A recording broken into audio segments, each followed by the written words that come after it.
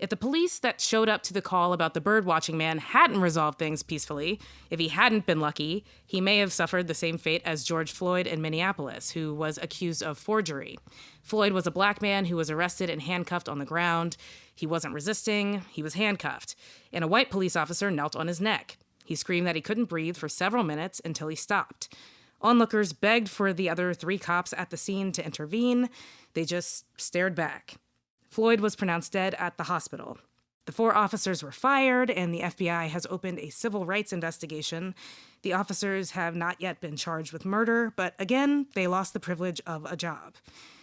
The video of George Floyd's murder was haphazardly retweeted into the feeds of black people everywhere to say, look at this horrible thing a police officer did to a black person. But the voyeuristic nature of sharing black human beings murdered, like it's, just a normal thing on a Tuesday, didn't bring that guy back. It didn't stop racism. In fact, racism didn't end when we all saw Mike Brown laying in the street, or when the Ahmaud Arbery video went viral, or when Eric Garner was choked to death over a few cigarettes, or Walter Scott getting shot to death.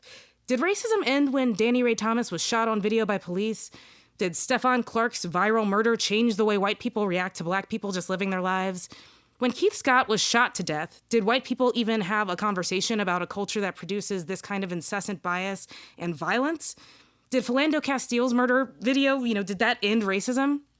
Did the photo of Emmett Till in a casket stop racism? Did it stop murder? How about Alton Sterling?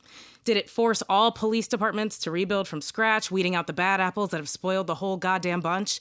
Did it make white people evaluate themselves for even half a second? Are there people on Earth who are unaware that black people fear the police because the police disproportionately kill black people? Do we need videos to prove it? And do the videos ever result in justice? I mean, we've had smartphones that shoot video since 2005? We know this happens. Awareness isn't the point.